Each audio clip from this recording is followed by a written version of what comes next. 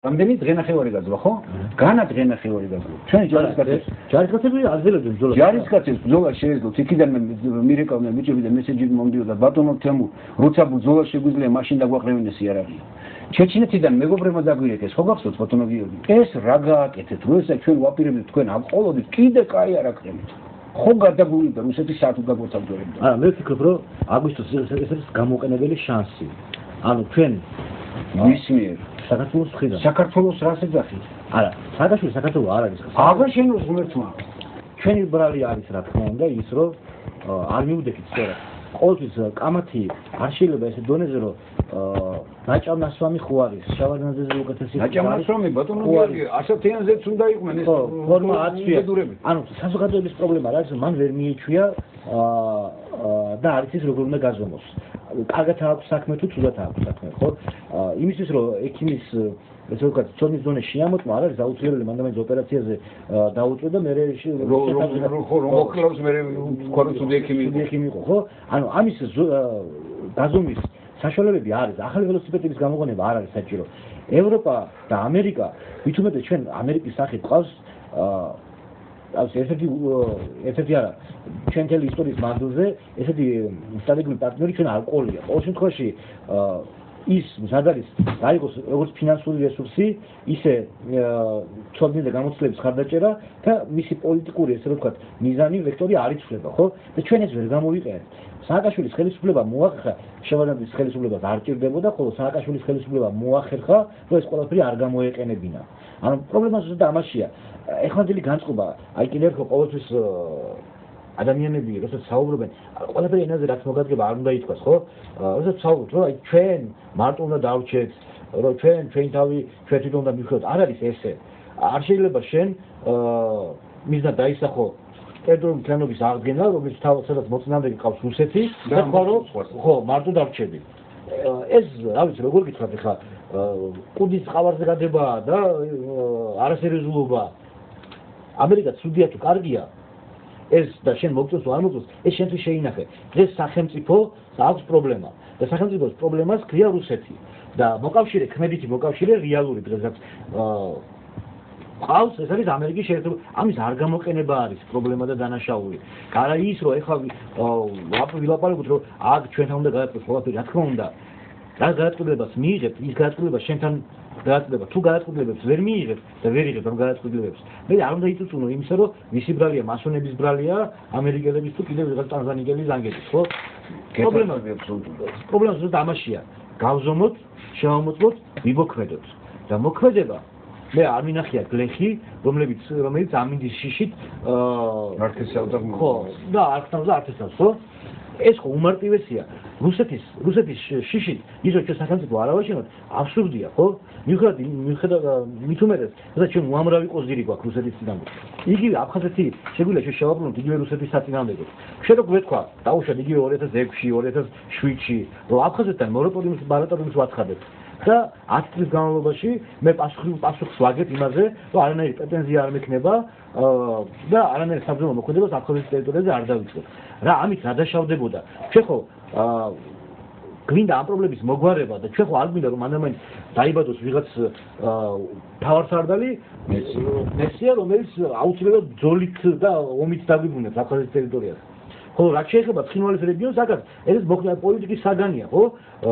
უნდა გვეთქვა რომ ცხინვალის რეგიონი სტრატეგიულად იმდენად სახიფათოა ჩემთვის რომ მე აქ ჯარს საზღვრებიდან ვერ გავიყვან და პირიქით რა შეიძლება მეც ჯარს შევიყვან იქ და ევროპას ეზრუნა რომ რუსეთს გავლენა მოეხდინა და შენზეც ანუ ისეთ მდგომარეობაში ჩაგვეყენებინა ეს ორივე პოლიტიკური სისტემა რომ აქეთ გვეხმოწებოდა რომ საბრძოლო მოქმედება არ დაგვეწყო და მათი აქტიურობა ამ ხრი გაგვეზარდა მათი აქტიურობა ჩვენ ეს ყველაფერი არ გამოვიყენეთ ჩვენ ძალიან ბავშვურად ვიქცევით ხოლმე ან ვამპრებთ ან არაფერს არ ვაკეთებთ ხო ეს არ შეიძლება არც იგივე რუსეთს რო ცოდნოდა რომ საქართველო არის ერთიანი რომ საქართველოს პოლიტიკური ნება არის გაუტეხელი ის ამას ვერ გაბედავდა, ვერც კოდორის აქით გაბედავდა ჯარის შემოყვანას და ვერც მithumetes საქართველოს ოკუპაციას. ყველაფერი პირიქით გაკეთდა ბატონო გიორგი. აი ძალიან მარტივად.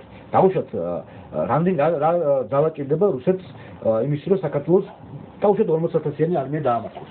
მინიმუმ 100,000 კაცი ხო მათივე ტაქტიკით ხო 100,000 ანუ მათ ეს დაწერილები და ვერ გადავენა მინიმუმ 100,000 კაცი ხო ჭირდება არა 100,000 ჭირდება გასანადგურებლად და შემდეგ ტერიტორიის დასაკავებლად მარტივი ციფრები ვლაპარაკობთ 100,000 კაცი რო საქართველოში შემოიყვანოს მან ჩრდილო კავკასიაში ეს ხალხი ხონდა ჩაანაცვლოს აბარა ახალი ძალები ანუ 240,000 კაცი ჭირდება მას იმისთვის რომ ამ რეგიონში საბრძოლო ოპერაცია აწარმოოს 240,000 კაცი 1,100,000-იან არმიაში მისი 17% არის კადრირებული მისი დიდი ნაწილი ეს არის ავიაცია საზღვაო ფლოტი ინფრასტრუქტურა და ეს შემდეგ და დამერწმუნეთ დღეს რუსეთს ეს მარტივად ორ დღეში და ორ კვირაში არ შეუძლია 240,000 კაცის გამოყვანა იმისთვის რომ საქართველოს ოკუპაცია დაიწყოს რაგი ეს მას არ შეუძლია ეს პირდაპირ და მოწინააღმდეგე რომელიც მას წინააღმდეგობას გაუწევს რა თქმა უნდა ის სხვა გზებს ეძებს და ეს სხვა გზა არის ზუსტად პოლიტიკურ ხელმძღვანელობაში ჩანერგოს აგენტები მოახდინონ გავლენა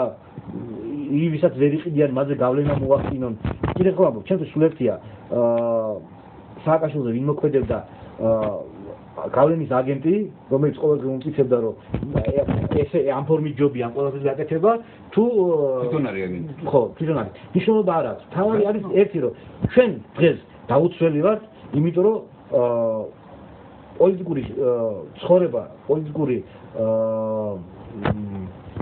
ესე ვთქვათ ბრძოლა არ მიმდინარეობს კონტროლი არ ხორციელდება მართლ ძალაზე ვინც არ უნდა მოქალაქეთა კავშირი იყო თუ ეხლა ნაციონალური მოძრაობა ანუ დასკვეთია რა დემოკრატია არ არსებობს არც კონტროლი არ არსებობს და შესაბამისად თუ მართლ ძალაში ეყოლება გავლენის აგენტი დამთავრებულია მარტივად მოქმედებს აბა იყოს აქ არჩევნები და ეს პოლიტიკური ძალა მეორე პოლიტიკური ძალა ცვლიდეს როგორ მოახერხებს რუსეთი კონკურენციის პირობებში როდესაც საპირწონე ჯანსაღი კონკურენცია ვინმეს მოსყიდვას და თავის ნებაზე თამაშს ვერ მოახერხებს მარტივად ეს არის ის იარაღი რომელსაც ჩვენ უნდა ვებრძოლოთ რუსეთს ანუ ეს უნდა მოვასწროთ პირველი რიგის ამოცანა ზუსტად დემოკრატიაა და შემდეგ უკვე შერაგებული ძალების მშენებლობა ეს ყველაფერი მოვა და აგრირ გასაკეთებელია იმ თანხებითაც კი რომელიც დღეს ჩვენ გვაქვს ძალიან მარტივად შეიძლება 30-40,000-იანი ჯარის კარგათაც აღჭურვა, კარგათაც გაწვრთნა და ოფიცრების მოზოდებაც ისე შეიძლება რომ ჩვენ რუსეთთან ვიომოთ. ადეკვატური ჯარის შექმნა.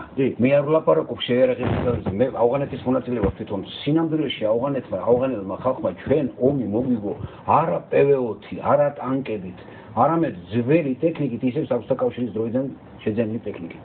ანუ სისტემურად საქართველოს შეიარაღებული ძალები ამოვარდნილია სოციუმის საერთო ინტერესებიდან.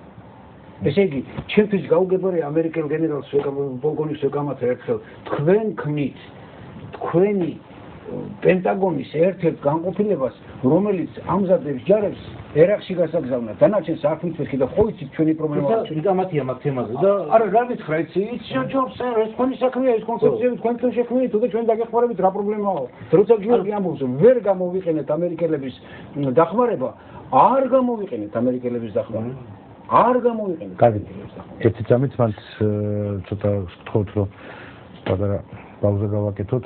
ეთერში მინდა შემოვიყვანო სვენელი. გისმენთ გამარჯობა გიორგი. გამარჯობა ბატონო აკია. გამარჯობა ძალიან ხმადაბლა არის. იქნება ცოტა ხმა მოგცეთ. ალო გამარჯობა. მე ისმის ჩემი ხმა? ეხლა კარგად ისმის. გამარჯობა ბატონო აკია. გიორგი როგორ ახართ? ჩვენთან მებრძოლია. გიორგი ფინტურია. გიორგი ფინტური. ხო, როგორ ახართ? ანუ თავად როგორ ხარ? არადგინე. გიორგი. ერთი წამით გიორგი წარგადგენთ. გიორგი ფინტურია მონაწილეობდა იმ ანალახუს ბრძოლებშიც. ეს ერთ-ერთი იმ ახალწეულთაგან არის, რომელიც კისერზე